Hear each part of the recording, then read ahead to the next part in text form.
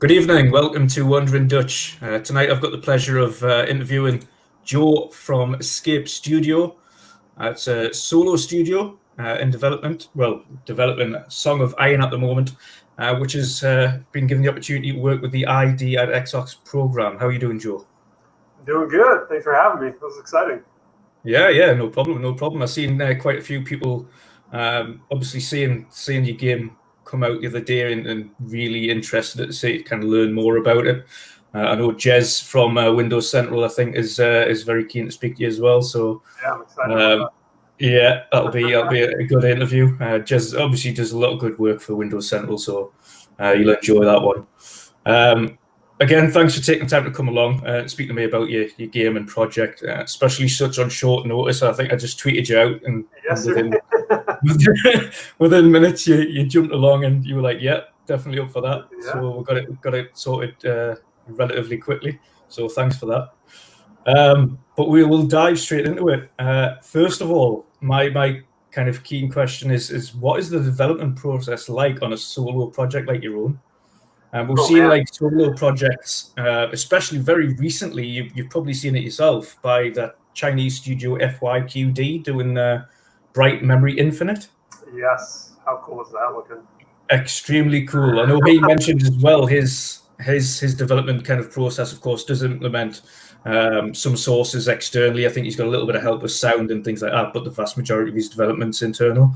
For yourself, is everything done in-house, or is that like and kind of in terms of outsourcing, have you got anybody helping you with sound, or is it all done from all of the kind of resources you have? Is it all literally a solo project? That is the one place where I've just recently reached out to start getting some help. So it's like me, a composer, and some sound design. Yeah. And so the music you heard in the trailer that you got in the trailer right there, that's all new composition for the game. It's super exciting to be working with him. His name is Will Gross. He's linked in that trailer, so if people want to check out some more of his stuff, it's super cool. And like he's doing the vocals in there, which is awesome. And then so it's just the start of it. And I figure, if I put Song of Iron in the title, we better have some good music for it. So definitely. I'm really excited to get some really great stuff for that. So I'm looking forward to it. But other than that, it's all basically done by me.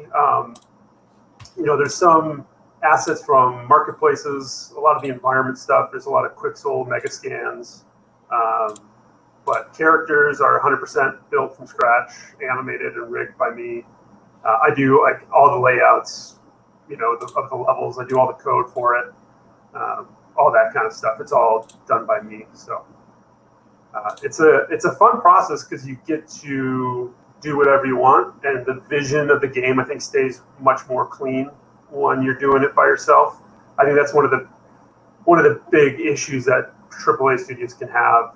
It's just a ton. There's so many people. There's so much sort of direction changes and opinions that a vision can get muddy, and then so it starts to feel not so clean.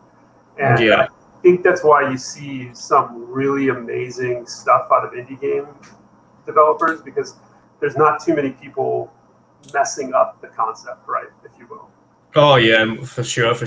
We've seen that quite a few times with the big AAA developers. It's so many different inputs from different areas that, like you say, ideas can get muddied a bit. So you end up having far too much influence in one thing, and then the original design or concept kind of gets thrown by the wayside. Yeah, it gets missed sometimes. It happens in movies too, right? Like I've worked in AAA studios, so I've gotten a peek on the inside, and then you see a movie kind of go south, and I know exactly what it is. It's just 15 people who think they know better, and then you end up with a little bit of everyone's idea, and it's fun. One thing I've kind of noticed straight away on the trailer is very much the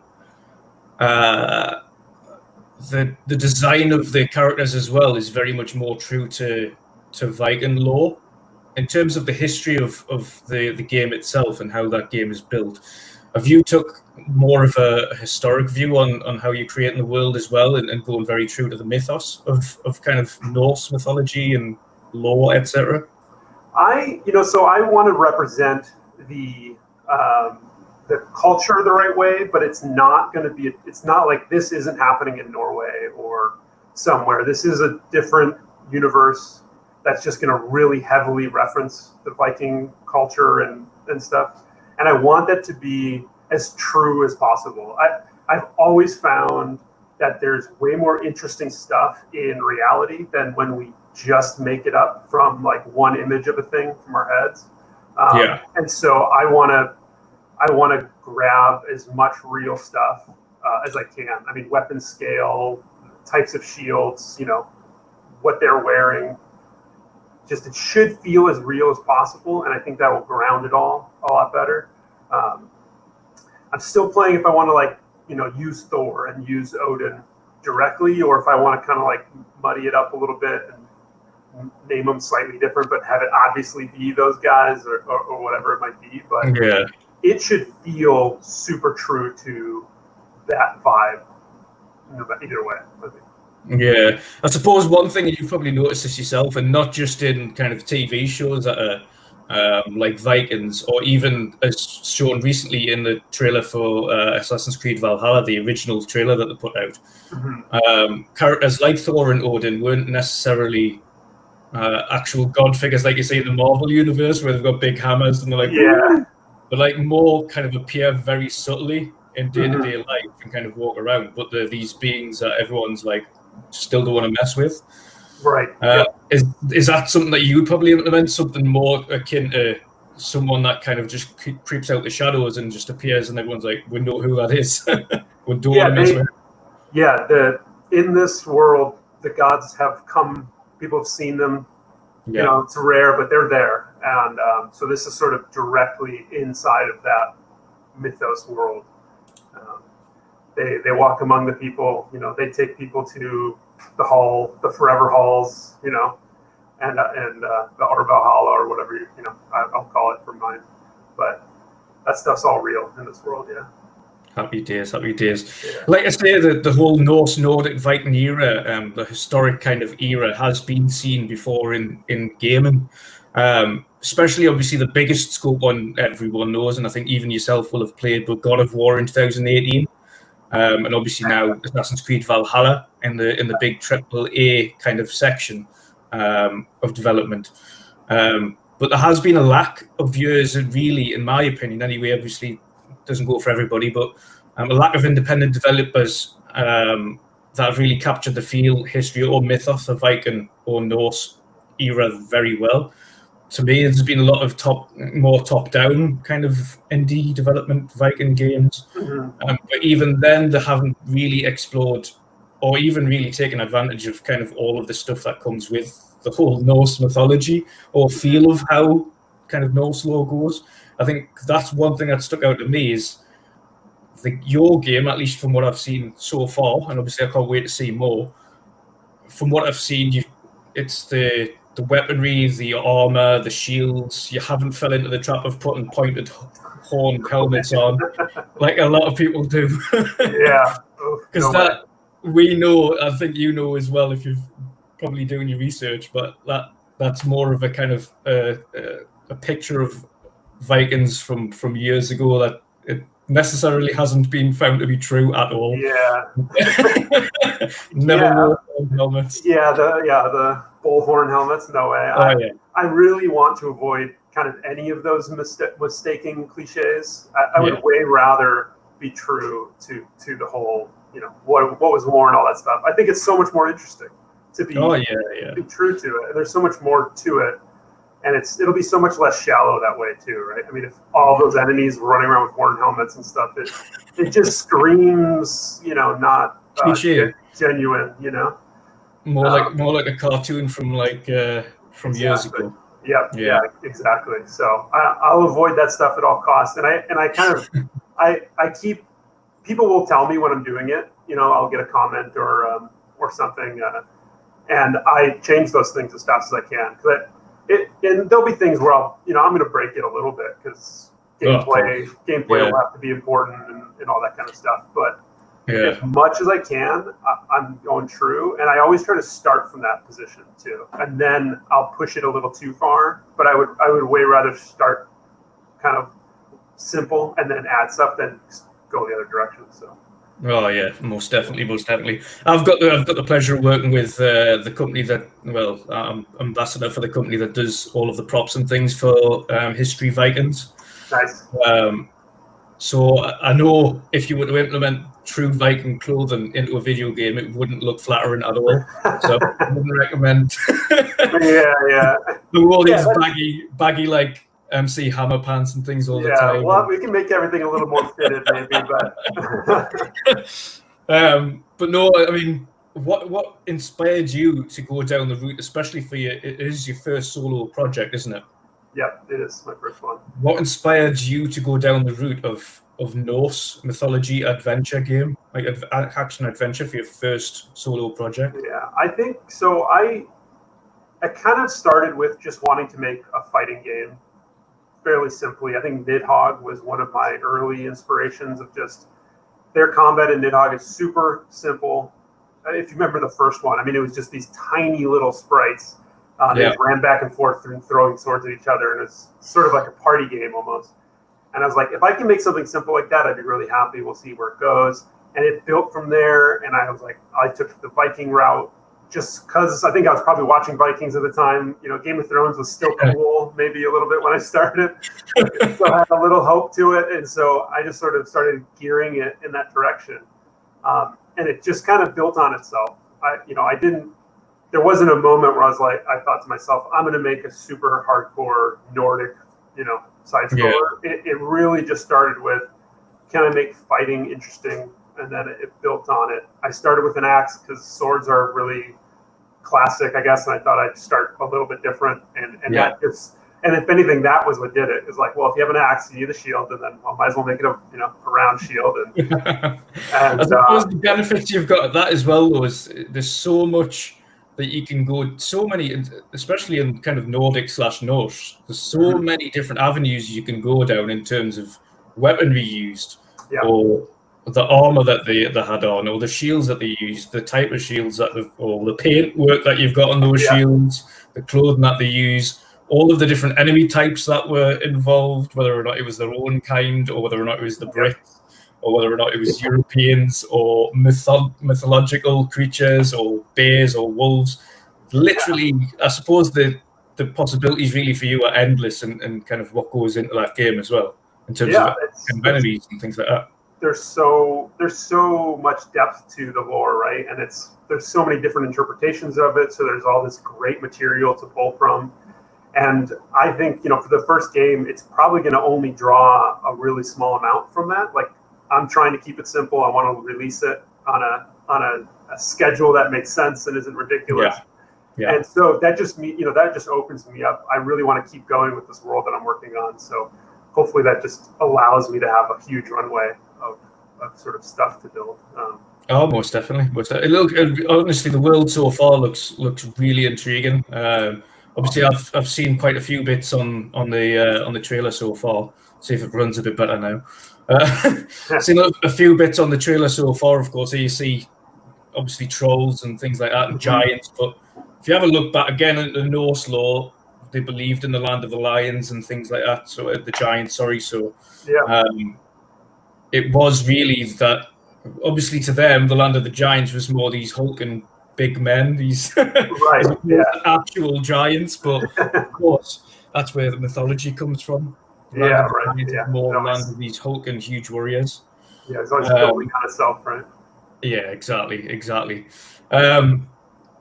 Can you give us a little bit more of a kind of an explanation as to the story route that you're going down? Well, even if there's a premise or something you can kind of educate us on. Yeah, sure. So I'm going to stumble through it because it's still a work in progress. But the sort of short version of it is your village, your people have sort of been pushed back and back and back over time. You used to be the big head honchos and everything. But the story basically will start with you needing to leave them behind to go take this jewel, which you see in some of the trailer around its neck. It's basically a relic. It's going to allow you to ask for help from the gods, but you have to go to the temple high on the mountain. It's work to use it and to ask for help and get help to stop this army from kind of finishing off your people. Finishing off the job and getting and wiping out. Yeah, finishing the job, wiping off, taking over everything, that kind of stuff. And so you're gonna, you start off by sneaking past that army and then making your way through the land to get to the mountain and make your way up the mountain and go on from there. And so it's very, I use Journey and Inside as reference almost all the time because they both have this amazing kind of like 2-hour experience, and it's really story heavy, but really low to dialogue. It's all just sort of story told through the environment and through the mood and all that stuff. And that's really where I'm headed with it. So I just sort of want to give you this really great experience and just feel like you're part of that world for this little chunk of time. But so the story kind of also, sorry, I just totally went on a tangent. The story, as you're leaving, this group realizes that you've snuck by, and they actually are there for the thing you've got. They want that. Because if they could ask for a favor of the gods, then, what could stop an already, massive army or whatever. Yeah. So then they start coming after you, and you got to get away from them. And so you've got pressure from behind, and then you've got pressure from in front of you. And so it's sort of a grind as you make your way to the top of the mountain to get there. And then there's going to be, so there's, enemy other Vikings or other men you have to fight through. There's monsters, like you see the troll, water monsters. That's a huge thing that I keep reading more and more about. Like, it's such a water-based kind of culture, right? That much of the myth is around swamps and water and lakes and so on. So bring some of that stuff in, and I just started showing in, I think on my Instagram, one of the goblins that I'm working on, which is really another troll, just the smaller ones. Right? And so that's sort of another human-sized enemy that you'll be fighting along the way. And they'll be pesty, pests for you as well, and you just make it through like that. Happy days. Yeah. I mean, aside from the kind of the story aspect, I've noticed many kind of sections of the images. Well, the images, at least in the trailer, is obviously on that. It helps really that it is in 4K 60 frames, so it really shows off what you're working on. I mentioned before, obviously the clothing, shields, weaponry, everything's more historically accurate as well for a Viking. Much more historically accurate than most Viking games. I think personally the closest it has been was that big God of War by Sony Santa Monica. Obviously, if you've played it yourself, you'll know when he's got the head and he's doing all the talking, and kind of when you've grown about the land and he's telling you all these mythological stories and things like that. That section alone, where he's telling you the stories and kind of introducing you to these different gods and these different stories and things, is as close as we've been, I think, to kind of deep diving into the history and the lore of Viking realms. And I mentioned before as well, thankfully, you haven't fallen into that trap of putting those horned helmets on. Aside from in the trailer that we've seen, where you've got the shield, you've got the axe, you've got the long bow. Is it a long bow, or is it just a regular bow and arrow? That's a good question. I should probably define that. It's somewhere in the middle right now. It's big enough that it fits on his back and he can draw it real clean. And obviously you've got the shield, but as you progress through your story, do you pick up other weaponry?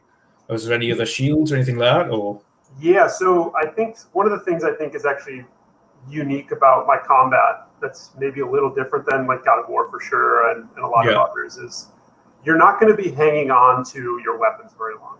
Like in a real fight or prolonged combat, weapons are going to break. You're going to throw them at someone, like you see me throw the axe a few times in the trailer.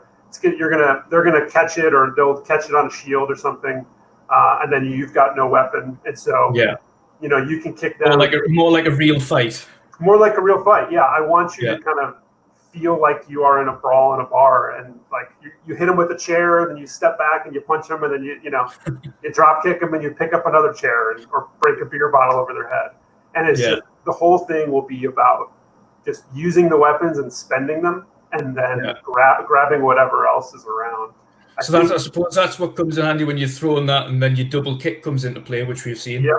Yeah. So you run and obviously throw the axe, run, double kick, get the axe back off them, and start going at it again. Yeah, exactly. And then, if you take a few guys down, there'll be weapons laying around the ground, and you can grab those as you go.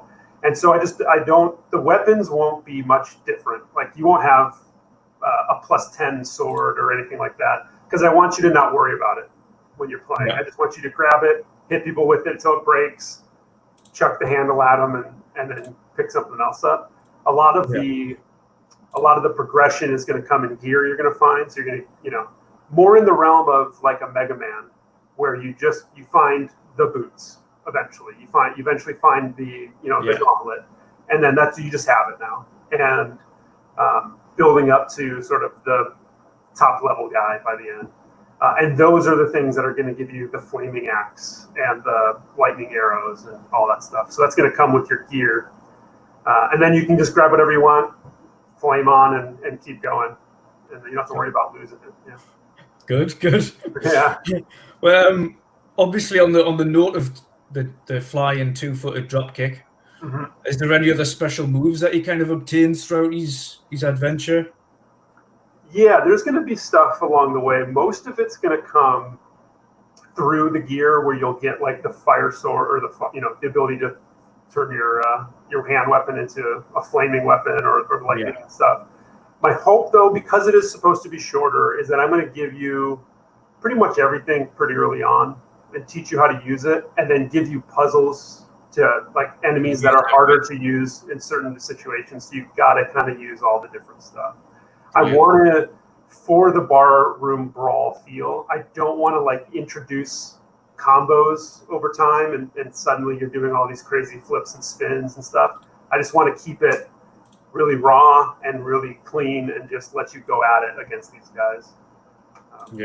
So that's to be fair, that sounds really good the way you've explained, especially with the weaponry. I like that premise, to be honest, where you kind of everything's more fluid. It is more like a real fight where you're not just constantly going at it for hours and hours with this one weapon that will break at some point, or their hand will snap or something like that. You have to pick up someone else's weapon and use that. That sounds interesting. Not along the lines of Zelda, where you end up with 45 weapons that break in 2 hits. Yeah. And that's the other thing is you've got your inventory is literally what's on you. So there's no menu, there's nothing like that where you're switching between. It's just you have it, you see it on your character, and that's what you got. Brilliant. Yeah, nice. Zelda is inspiration for that. And so is Halo too, which is a weird one. But Halo's always been about you are right. Through, use the ammo. You're like, I've got to pick up a pistol. Yeah, exactly. So there's something really cool to that, I think. Happy days. Well, I suppose that went beautifully into my next question. Then it's in terms of progression, RPG system. Is there any kind of moves or abilities that you do have points for, or is it all more as soon as you've learned them, you've got them, and that's how it goes? Pretty much when you've got them, you've got them. The progression system is pretty light because the game is meant to be a bit shorter. I don't want any progression. You're going to get overwhelmed. You're going to have to be in a menu, and I think that's going to pull you out of the experience. Yeah. So the minor progression I've got is, you'll get a bonus to health. You'll increase your magic pool a bit, and your endurance pool can get bigger. Other than that, you'll find the gear, which will make you stronger. And that's kind of it when it comes to like traditional progression. And then the hope is kind of like Shadow of the Colossus. You can do a New Game Plus, come back with your full health bar, build it up even more, keep building it, become a unstoppable machine. But that's kind of fun. It's a good replayability thing, I think. Definitely. Did you have on the replayability? Do you have levels of difficulty then going into this game? Is it kind of set easy, normal, hard, or anything like that, or have you renamed them into something wild? Right. Yeah. Nothing. I'm not sure yet. I'm still thinking about it. I think at the very least, I'll have like a story mode, just so people can really breeze through it and just consume the experience if they don't want a challenge. And then I'll probably have like a normal, which will be difficult, but not crazy. We'll see what people think. Yeah, if people really want it, that'd be easy enough. I'm trying to build a system that's scalable, so I could, in theory, triple everybody's health and damage and make it a real hard time for you. Kind of stuff or whatever it is. But did you play God of War 2018? I did. Oh, I loved it. Yeah. The Valkyries. Valkyrie Queen specifically. Oh yeah. Oh, they destroyed me. I was so bad against them. Yeah, I had no chance. Oh, that took a few tries. It's more specifically with that one though, especially with God of War. It was getting the technique down. Once you knew the patterns, then you were a little bit better with it. But it did take a bit in getting around. I suppose with yourself, of course, if you're going for scale, it's not just scale of one enemy. It's kind of, are you going to keep some enemies still relatively easy to fight, and then the bosses are the ones that get harder, and you have to try and figure out how to get past them? Or that kind of stuff. I think I've always thought that cranking up health and damage is sort of an easy way to increase difficulty. I always prefer to think of put time pressure on the player. So you want it to still play the same as it did in the easy mode, but you want to make the person who's really good now do that thing even more efficiently, and not necessarily make them beat up on a super, have to hit a guy 1,000 damage sponge. Yeah, exactly. I think it makes sense a little bit, but it would be so much more interesting to now, okay, you're really good. Now be good twice as fast. Be really good and really accurate. So that was sounds like a better, more fun way of doing things is saying, right, okay, you think you're good. Yeah. Do it quicker. Do it in 2 minutes. Do it quicker. Speed run it. Go on. Happy days. From an earlier question, of course, obviously we were able to kind of witness the game that you've, after the event anyway, we were able to witness the game in obviously 4K, following the showcase. Is that the kind of performance target that you're going for then, 4K 60 frames, or is there anything kind of set in stone there, or are you potentially looking at work on higher frame rates? I suppose it depends on, is it a set target for PC, set target for console, or? Yeah, I think, right now I haven't optimized very much. I'm just sort of plowing through. And if I can do 4K at 60, just sort of generically across the board, I'd be pretty happy with it. I think it plays pretty good. And, if you can get the full stream going, it looks pretty nice. I'm pretty happy with it. 60 is pretty good for the fidelity of the combat. You don't need too much more other than to say that you're running it, at 1 million frames or whatever on some super PC. But if I think like you said, I think some people get carried away as well with frame rate these days. I think in certain games, depending on what you're playing on, in my opinion anyway, the difference between especially if you're playing on a controller versus if you're playing with mouse and keyboard, the difference in noticeability of frame rate is vast. So if I'm playing on the computer, which I'm right in front of now, I can notice 120 frames if I'm playing with mouse and keyboard. If as soon as I plug in a controller, however, and I try to play that same game at 120 frames, it's playing at 120 frames, but that does not feel like feel anywhere near the same with that controller as it does on that. And I suppose a lot of people have to take into a context. Do you want to push for that additional frame rate on console just for the sake of it? It's not going to feel too indifferent from it would if it was on PC at the same. And you're still using a controller, so it's kind of made. I suppose it's happy medium then, in that sense, isn't it? Yeah, and some of the TVs with the really high refresh rates, it'll just look better on them, even if the gameplay doesn't get affected too much. So it'll be nice to just kind of hit that as the benchmark. But I think that's sort of my goal, 60 4K. And I'd be so happy if that was across the board as much as possible. Oh yeah, most definitely. And I noticed it is saying that it is coming on Series X. Naturally, of course, at the Xbox showcase that was announced. Obviously, with the console coming around the corner, have you been luxurious enough to be given that dev kit from Xbox so far, or are you not?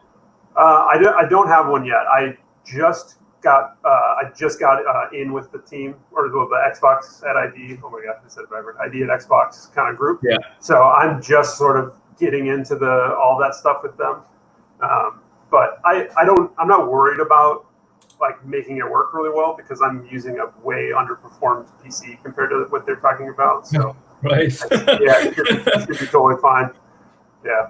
So in comparison to the Series X, it's well above what. Yeah, it should be fine. You know, I have just recently upgraded finally to like a 2080 and all the nice shiny new stuff, but yeah, I've still got my way below their specs PC that I try stuff on too. So no, it's good. It's good to hear that it's not just us that are behind the times in terms of PC specs, and everyone's still catching up. It happens. Yeah.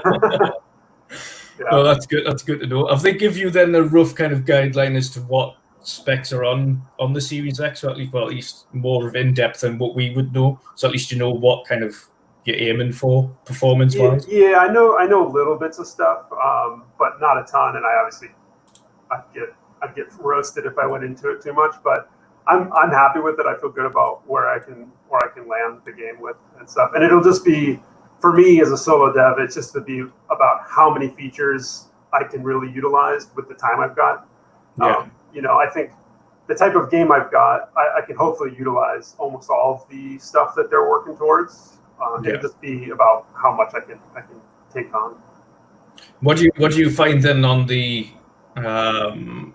whole situation around, especially talking around SSDs these days and the kind of different structures on both PC, which has had SSD for a number of years now, but the architecture's changing.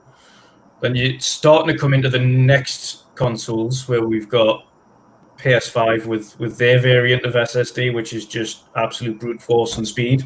Mm-hmm.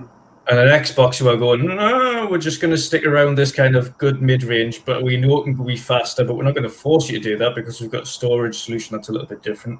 In your eyes, is that kind of performance on SSD really making that, well, going to make, especially when you've mentioned yourself as well, the computer that you're working on to be able to develop these games is obviously very good, but it's still not as kind of benchmarked as what they're in right now. In your eyes, that SSD and the ability that those SSDs give, does that really kind of provide you with a benchmark of saying, well, it's going to actually push my game to go further then? I mean, it's, the SSDs just in general are going to help all games, load speeds, all that sort of stuff. I'm not an expert on that stuff. I'm an artist by trade, so I start to even when I'm trying real hard, I'll start to glaze over with some of those specs. Yeah. But I, having the SD on my own machine, you can just see the change in how it consumes information and spits it back to me compared to a spinning disk. Like it's such a big difference. And I think something that people, as far as the consoles in general, I think games aren't going to change very much. Like we've been playing similar games for a really long time. I think it's going to, obviously we're going to get better frame rate. We're going to get bigger stuff. But whenever we get that opportunity, every generation, you imagine tripling enemy counts. But what happens is we add 10,000 times the resolution to everything, and you still have 3 enemies on the screen at once. Right? Yeah. And so what it's doing is it's helping people develop faster, I think, is the huge change. So I be able to develop faster. I, who don't know a ton about optimizing or, clean data stuff, as I speak nothingness out of my mouth there, it's going to help me because it's going to help me brute force through stuff that I won't be able to optimize. And I think, from an indie dev, an artist trying to code a game, that's priceless for me. Yeah.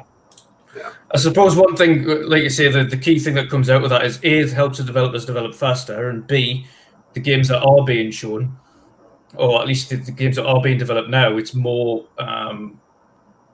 providing that data quicker. So then, again, you can do a lot more with that game that you're implementing. So instead of having those 3 enemies on screen, you're able to transfer enough data to get obviously 12, 14, 16 enemies on screen instead, because you can get the data quicker to be able to do that and get those textures through and everything like that. Thankfully, working away from that. Just being an artist, I'm not going to probe you loads about technical. Which is good. But no, I want to kind of make it clear on this one though. In terms of your artistry ability, obviously the game itself that kind of speaks for itself. The detail and the level of work in there is beautiful. So obviously very looking forward to that. I like the depth of field you've got going on in the game as well. By the way, the depth of field is I like. Obviously, you're really focusing. You see there on the very near, right close to the camera, it's got that blur. In the center, then you've got all of the detail in the characters and things like that. And then the further and further away as the depth of field slowly progresses, it more seems like an old comic, or should we say an old kind of, I wouldn't say Disney film, but do you know what I mean by the creation of old Disney films, where they had like the layer upon layer upon layer upon layer, and it slowly gets further and further away. That kind of art seems like that, to be honest, where you've got this really, it's like focused on that central part, and then you've got the sections there of varying degrees of fading out into distance. It's all, I'm glad you're digging it. So this is all built as if it's a full 3D world. So, I can fly a camera around. I don't have cards at distances. I just have built out a forest and a mountain in the distance. Yeah. And I think that's adding so much of the more natural depth versus seeing, 6 sheets moving at different speeds past each other. And it's just allowed it to feel really immersive, I think, or that's what I'm hoping for. Because of that, so. Oh, it definitely, I would definitely say it. It certainly helps it feel immersive. Like the art style itself is beautiful. It is beautiful. Like I say, in terms of an independent developer, and like I mentioned at the start there, the kind of the history that I've seen going through trying to find that little Viking game that just pops out that isn't these big AAA kind of monster kind of funded developers. It's been a struggle really to find, because I work with a couple of different kind of Viking businesses on the side anyway. Mm-hmm. So even on the Switch, exactly the same thing. It's a handful of independent kind of Norse themed games, but they don't really, again, it's not really, they don't grab your attention quick enough, or they kind of sidetrack from something, or they're a little bit too should we say Dark Souls-esque, where it's all about how hard are you and how hard's the enemy and things like that, and are you able to get past X, Y, and Z, as opposed to a storytelling, which is exactly what you're going for, which is it's more the story from beginning to end, and keeping it, like you say, short and sweet, keeping you immersed in that story. Yeah, I'd much rather that than kind of this force on difficulty and trying to get you to how hard can you be and things like that. Yeah, I think there's a tendency to turn the player into a superhero a lot of the times with some of that stuff, and doing incredible abilities and just destroying cities in one hit kind of stuff. And there's a place for it, but I just love grounding stuff closer to reality, and so that mentality, I think, just is sort of is what brings me to where I'm at with it. I just always start from something that I think is as realistic and as natural as possible. So. Yeah. No, it does, like I say, in terms of the art style, you've got varying, actually, this is one thing I've noticed as well, is varying different kind of settings and biomes. You've what looks like obviously mountainous regions, snow, fire, forest, you've got caves, caverns, you've got different halls with big pillars and nice little foresty areas with nice lighting that goes down. A very big variance of different areas. So I think even if it is short and sweet, you've got that much of a different color palette that's going through. I think it's going to be noticeable that you're kind of going into these different areas and the story's progressing. I think the one thing a lot of these games fall flat on is the fact that you seem to feel like you're in the same area forever. Yeah, so, totally. Yeah, I can see even from this trailer, it's a short and sweet trailer, but even from the trailer, you can see varying different stages and different areas to explore, and some of it's fighting, some of it's hectic. You can see him running out of the kind of this. Let's have a look here. If we go back, obviously in the forest there, but you can see him right about there, where he's kind of running through the town here, and I'm guessing that's the beginning part of the game where he's kind of trying to escape. Yeah, some of that stuff. Yeah, that's sort of like the village under attack, and then.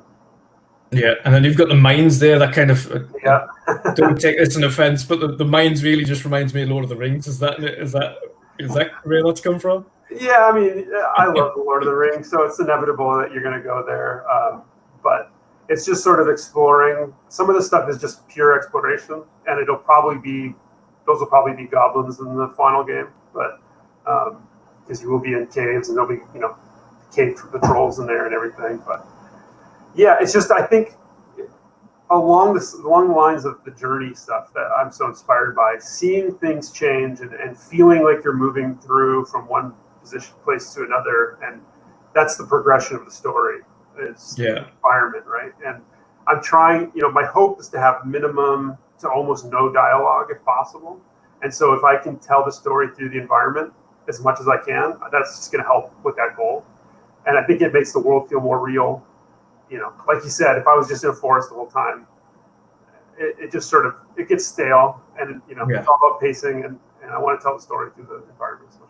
Well, like I say, it is noticeable. I've played quite a few games where you just tend to be stuck in the same area for quite a long time, and you're right, it does get stale, but it can take away from the immersion, and then then you lose kind of players' engagement in it, and then that's the least you want. And from this, I can already tell that there's quite a variance of different areas to explore and different kind of biomes and things like that. So very interesting on that. So it's I'm very, very much looking forward to seeing kind of all the different parts you've created. On that note as well, you mentioned before you've only just had the opportunity, or just started, I don't know how long for, but you've just started working with the Idea Xbox guys. How have you found working within that particular program then so far, and how have they kind of helped you with, or at least helped support you in your development process so far? So far, I mean, it has been pretty short, but so far it's been great. I mean, they're sort of some of the more classical things is they're super responsive to, questions from me and that kind of, I don't know where to start with this thing with you guys. Here's, throw a bunch of questions at them, and they're constantly responding to me and helping me out that way.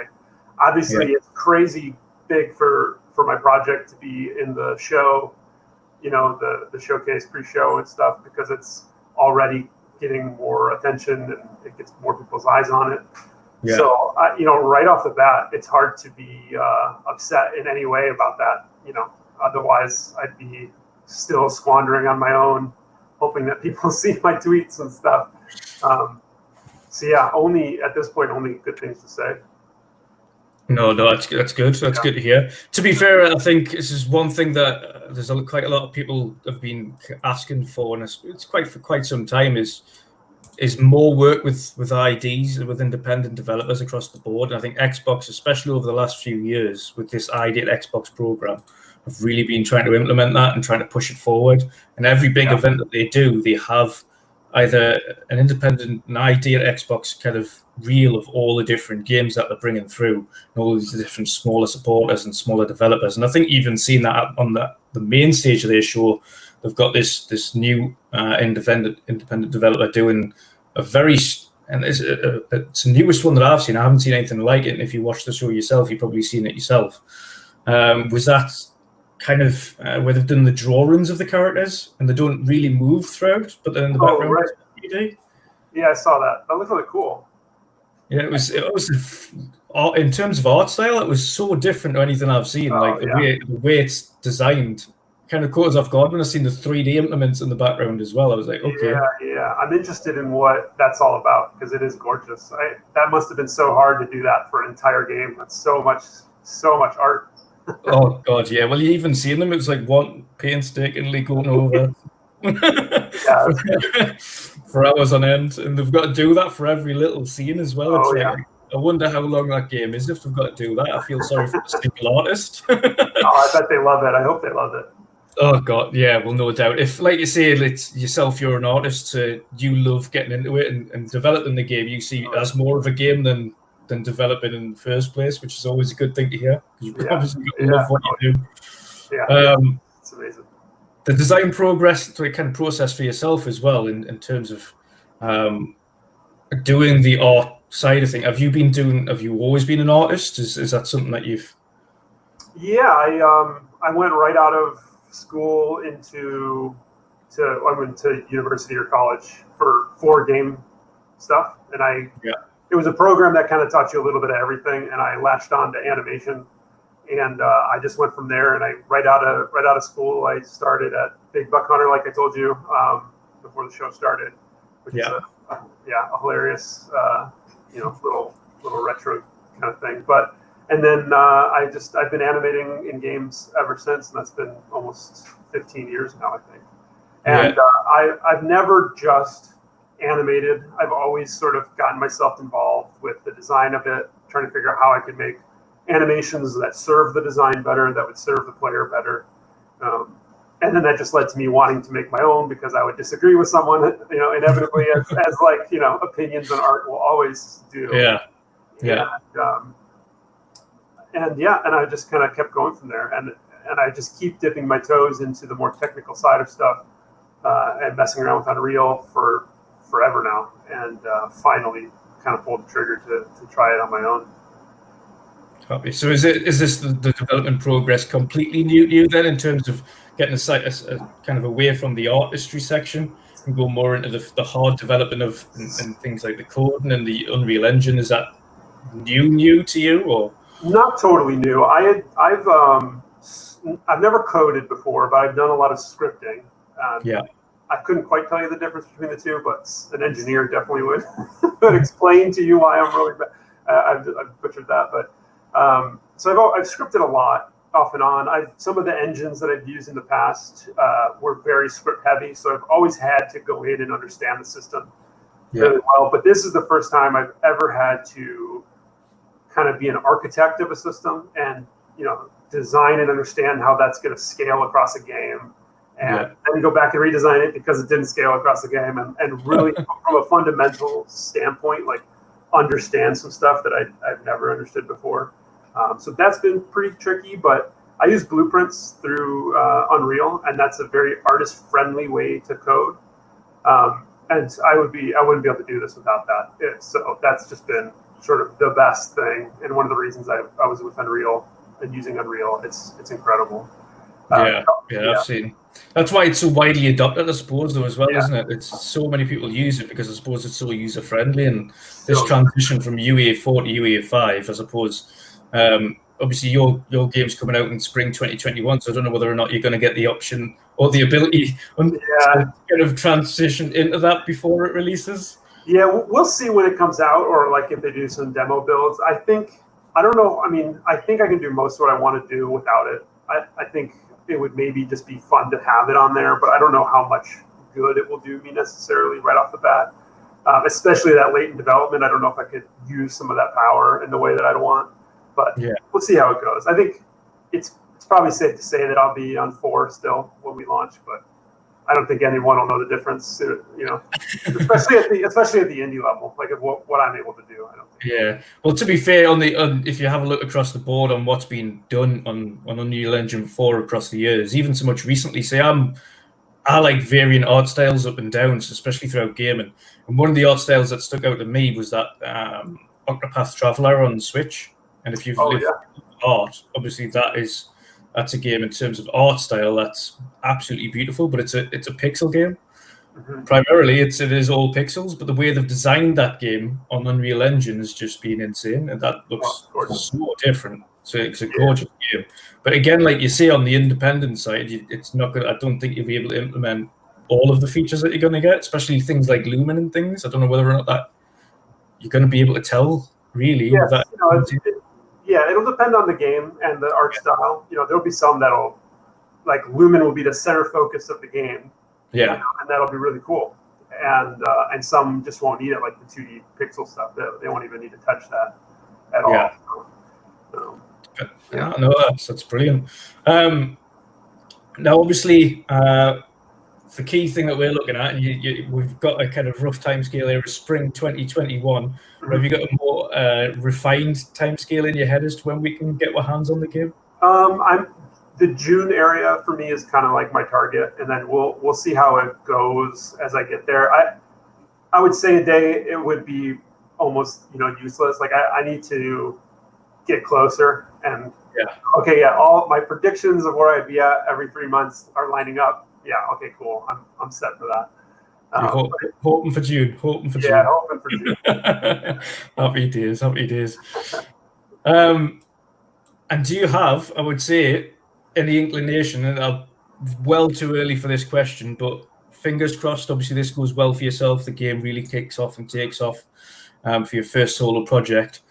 If it does go as well as we hope it does, and obviously the game does well, and you've learned kind of from it and learned what potentially you might want to do again in the future, would you then consider potentially doing another project, another solo project, or would you look to grow maybe and do something? Oh my gosh, of course, I would love to.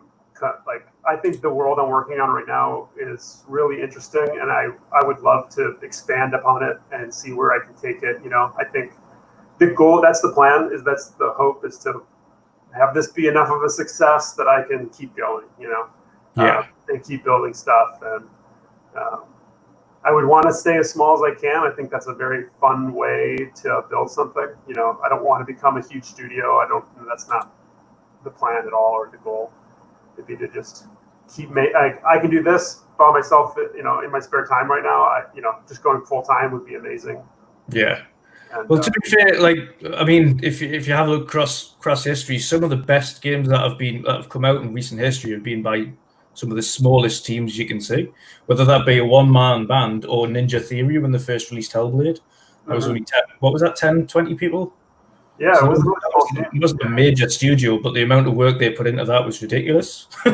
Yeah, it's awesome. I think it goes to what we were talking about earlier. The less people involved, the cleaner and more true to the original concept that you can stay. Yeah. And people, I think, don't realize how much gets lost when you start making small concessions along the way. Well, you break this rule here just cause, or you break this rule here just cause, and it should be fine. But then by the time you're done, you have a world that doesn't quite mesh together anymore. And people feel it, and so it doesn't stick to them as well. No, that's all right. You've got very much the same mentality as I do when it comes to games. You've got to be able to feel what you're doing, and at least when you're playing through something, story-wise, it does need to stick. Especially, I think a lot of people as well have been so fixated on these much larger, last 60 to 100-hour games that they do kind of sidetrack away from these smaller titles where you can jump in and go through a nice story in a night. Yeah. Instead of days upon day, I'm one of the worst people in the world because I've got a backlog longer than you can possibly imagine. But that's because there's so many of these titles where you can't, I constantly look through, and even when I put on Twitter, does anybody know any good indie games that I can just jump into, play through in a night? Something I can just get myself into and enjoy. Yeah. But there's so little games these days, even unfortunately on the indie front, where it's like, okay, how long is this game? Oh, it's at least 8 to 10 hours. I'm like, okay. Yeah. And I think there's something to be said about a movie-ish length thing, right? You can consume it, be happy with it, and finish the game before you start to hate it. Just let it's not even that, I suppose. It's being able to get yourself invested into a game and not then have to jump out of it. Yeah. You know what I mean? There's a lot of games where you jump out of it, you're unimmersed, and you forget where you are in the story, and you've lost the kind of feel for it. And that too, for sure. Yep. And one thing about, like you say, the shorter experiences is that you can be immersed and you can go through the story, and before you know it, you're sidetracked, and you've went start to finish in this game, and like I say, it's beautiful. Some of the best games I've played have been really short, and some of them are completely side from yours. You might have played The Gardens in Between, which is a little indie game. I haven't played that one. No, it's more of a puzzle game, to be honest. Okay. But that, again, it's a very short game. Awesome. But it's all about kind of changing the environment and things like that, and it's basically these two kids that are in this tree house, and a storm happens and he loses his friend and he's got to go and find him. But to do that, you've got to solve all these little puzzles by changing time. Okay, so, cool. But that's only like 2 or 3 hours long. But again, I was like, oh, this is a really good game, and it was interesting and intriguing enough to keep you in it. And then also, like you say, the art style thing also helped. Oh, so awesome. That's what I look for, especially in an indie game and an independent developer like yourself. I'd much rather a short and sweet experience that I can actually engross myself in than something where I'm going to pick up it. You have to put it down. It's not because you don't want to stop playing it, but we're adults. We've got to go to work. Yeah, right. We've got to get to bed and things like that. eventually. Absolutely. But sometimes you do. You put something down, you pick it back up again, and you think, right, where was I up to? What was this? What was happening? And then you kind of relearn the skills even, and you get better at the game skills, again. learn the mechanics, start getting good at the game again, which is one of the most difficult things to do when you put a game down. Yeah, absolutely. No, that's a huge part of it. One sitting, start to finish. Yeah. Well, that's what I'm that's what I'm looking forward to. But again, the art, the one thing I've got to reiterate and praise for yourself is the art style itself on the game. The feel so far from the trailer that I've seen is exactly what I'm looking for. And I know, judging by my timeline anyway, when I said I was going to have an interview with yourself, a lot of people were like, actually, and you might have seen a few of the comments as well, so with people saying, actually, I've seen it, but then I couldn't find what it was. So my friend pointed it out and showed us the trailer. Yeah. And he was like, I'm really looking forward to that. And there's quite a few instances with that way, especially on the original ID thing is like to show these little glimpses that don't potentially show all of your trailer. So the people are like, oh, that looks really good. And then gone off screen next to it. You're like, oh. What was the name? Well, that was, to be fair, that happened to me. And that, as soon as I seen your post, and someone must have liked it on mine, I was like, that's the one. There it is. Yeah, awesome. Like, need to say that. Oh, it's perfect. I mean, that's part of being an indie too. Is we need people, like we need the community to help us, because we're like shouting in like in an empty room, hoping that someone hears us. And this sort of stuff, it's awesome. I mean, it's fun to have to talk about the game, because my friends are totally tired of hearing me blab on about it. That's for sure. And so it's nice to talk, about people who are excited about it, because I'm super excited about it. And then it helps the game. And I think generally everybody wants the indie games to be a success. So it's great when community starts kind of jumping in to do some of that. Yeah. Well, it's people have got to kind of not lose track of where gaming began, to be honest. And without independent developers, you wouldn't have these mammoth AAA studios you have now anyway. Everybody starts somewhere. Not only that, though, again, as to reiterate, some of the best games that have ever been created have been by independent developers, whether that be a one-man solo project all the way up to kind of 5, 10, 15 people studios. Some of the best games we've come across in recent history have been by these smaller studios, not necessarily big studios. Yep. You'll have noticed yourself working on potentially some bigger projects in the past that, like you say, it gets diluted, but also it doesn't necessarily, just because you're a big studio, mean that the game is going to be a hit or work or is going to be liked. You never know. You never know. It's always a toss of the dice, right? Yeah. And I think, they also, they're always risk averse. It's the same as film, right? Film makes everything safe. Yeah. In hopes of getting as many people to like it as possible, but it makes them not try stuff. And so we get very, very similar things over and over again. And the gaming industry is very similar. Yeah. That's good. I mean, Call of Duty's are still good games. Everybody plays them, right? But it is like, okay, I've done this. All right, cool. Move on. Yeah. It's just more of a safety net, isn't it? More than likely these days. It's more just like, I know that. I'll play that. Exactly. As opposed to trying new things. I'm very much an advocate for not only the independent developers' IDs, but an advocate of trying something new and just chopping and changing and throwing something on. I'm so eclectic with the game and that I play. I'm not like, I don't just jump on something. Like this is why, again, Game Pass for me is also something that's really pushing it out, because it helps so many independent developers as well. Yeah. I don't know whether or not have you been pushed for putting it on Game Pass yet, or been asked if you want to do that? Bro, I'm not on it for launch. I don't know how much I can say about that process, but the hope is that eventually I can be part of that program. It is they have, that's like all on their side. They decide on how to deal with that, all that stuff. Yeah. But it'd be awesome. I mean, it's that for me just means more people can play the game and check it out. So I think that's great. But I won't be at launch. No, that's all right. To be fair, I'll be picking the game up anyway, so it doesn't. To me, that doesn't bother me. But I think, especially when it comes to programs like that, especially when it comes to independent developers, is such a big thing, because it just broadens the horizon of who plays the game. like I say, thankfully for me, I'm somebody anyway that'll just jump on and play anything that's there just to see what it's like. Yeah. Like, right, okay, let's see what this is all about. I don't mind it. It broadens your horizons. You have to do that, otherwise, like you say, it's just so one-track minded. And I don't think that helps anybody in gaming, does it? And I suppose, like you say, you've worked on some eclectic games from Big Buck Hunter, one end of the scale all the way up to Halo 5. a few MMOs, and then Halo 5. Yeah, it's great. And I tell people all the time. People asking me about like being in the industry and all that stuff, and it doesn't matter where you work if you're enjoying it.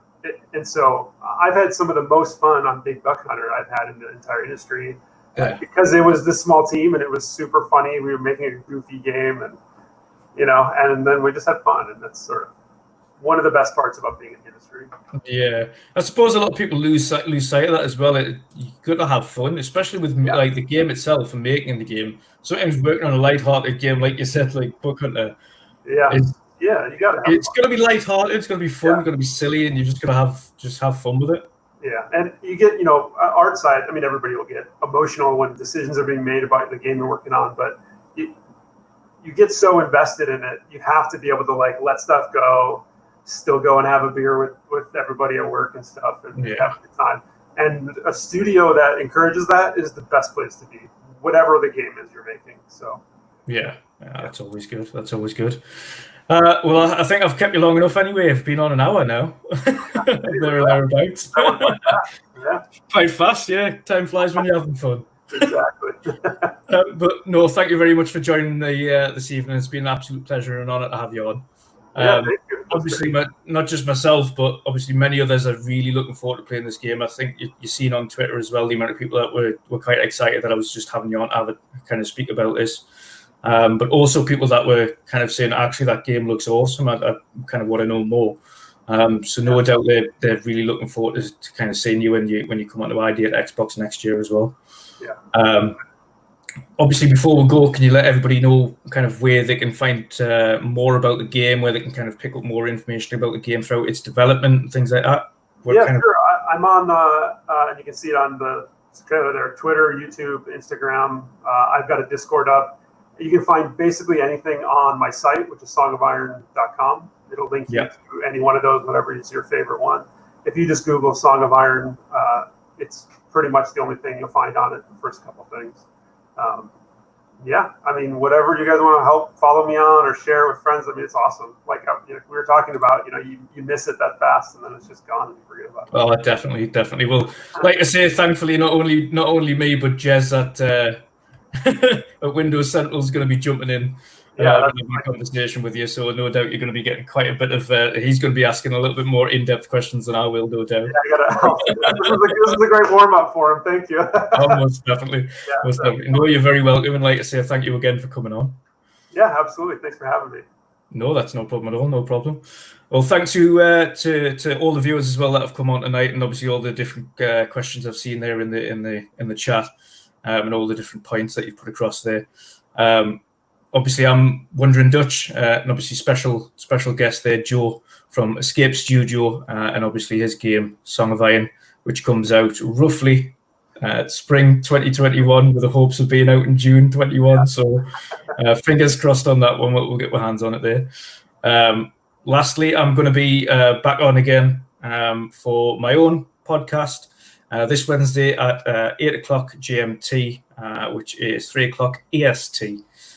With my regular panel members, which will kind of break down not only this game, but all of the kind of games from the Xbox Showcase. So thank you to everybody for coming along, and have a good night and enjoy your gaming. Thanks.